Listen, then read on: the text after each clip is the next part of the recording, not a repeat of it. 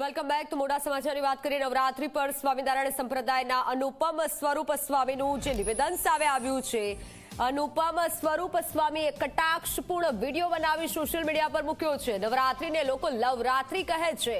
આ મોટું નિવેદન તેઓએ આપ્યું છે. છૂટાછેડાનું કારણ નવરાત્રી હોવાની ચર્ચા છે. આજે માતાજીના કીર્તન નામ માત્ર ના થાય છે તેવું મોટું નિવેદન આપ્યું છે.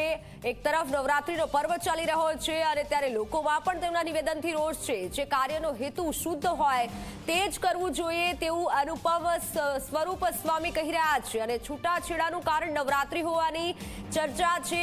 તેઓ વિડીયોમાં તેઓ ઉલ્લેખ કર્યો છે, એક વિડીયો તેઓ જાહેર કર્યો છે અને જેમાં તેઓ સ્પષ્ટ કહી રહ્યા છે કે છૂટાછેડાનું એક કારણ નવરાત્રી હોઈ શકે. નવરાત્રી પર અનુપમ સ્વરૂપ સ્વામીનું આ મોટું નિવેદન છે. તે નિવેદનને લઈને લોકોમાં અત્યારે ખેલૈયાઓમાં પણ રોષ છે, કારણ કે માતાજીની આરાધના કરવાનો આ પર્વ ચાલી રહ્યો છે અને તે સમય દરમિયાન સ્વામિનારાયણ સંપ્રદાયના જે સંતે આ નિવેદન આપ્યું છે, સ્વામીએ જે નિવેદન આપ્યું છે તેને લોકો વખોડી રહ્યા છે.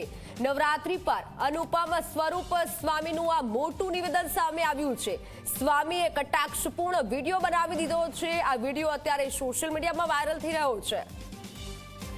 છૂટાછેડાનું કારણ નવરાત્રી હોવાની ચર્ચા છે. આજે માતાજીના કીર્તન નામ માત્ર ના થાય છે.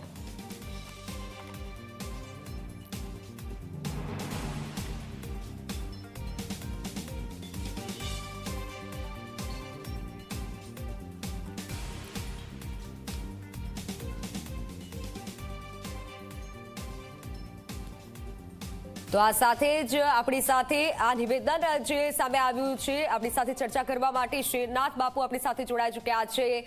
બાપુ, ન્યૂઝ સાથે જ આપનું સ્વાગત છે. ઝી 24 કલાકમાં જે નિવેદન સામે આવ્યું છે, આરાધનાનો એક તરફ પર્વ ચાલી રહ્યો છે અને બીજી તરફ આ નિવેદનને આપ કઈ રીતે જોઈ રહ્યા છો? લોકોમાં તો આ નિવેદનને લઈને ઘણો રોષ છે.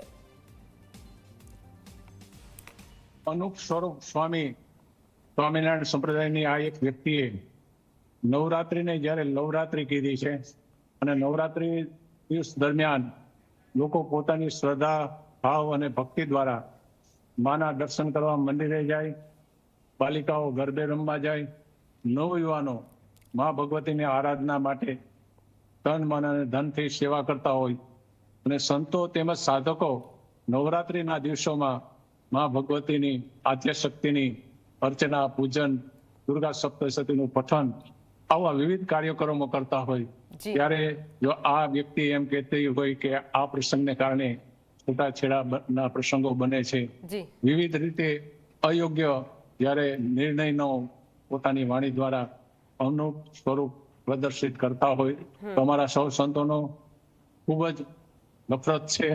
ખૂબ જ હિન્દુ સમસ્ત સમાજને એક આ વ્યક્તિ પ્રત્યે એવી ભાવના ઊભી થઈ રહી છે કે હિન્દુ સમાજ અને હિન્દુ સંસ્કૃતિ અને સંસ્કારમાં આવા ક્યારેય વક્તવ્ય હતા નહીં.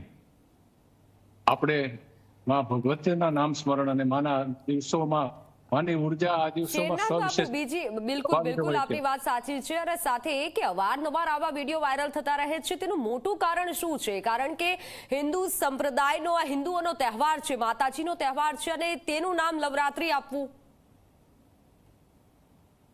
આનું કારણ શું? એના માટે તો મંતવ્ય આપવામાં એટલું જ કહી શકીએ, વિનાશ કાળે વિકૃત વૃદ્ધિ પ્રગટ થાય છે વ્યક્તિના જીવનમાં.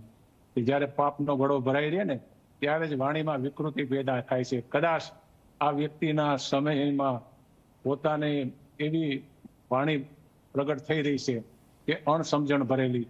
તો અમારા સૌ સંતોની ભાવના છે આવા વિડીયો મૂકવા ન જોઈએ, આમાં રસ લેવો ન જોઈએ, આમાં ધ્યાન ના આપવું જોઈએ અને ક્યારેય પોતાનું મંતવ્ય આવી રીતે કોઈ પણ ન આપવું જોઈએ.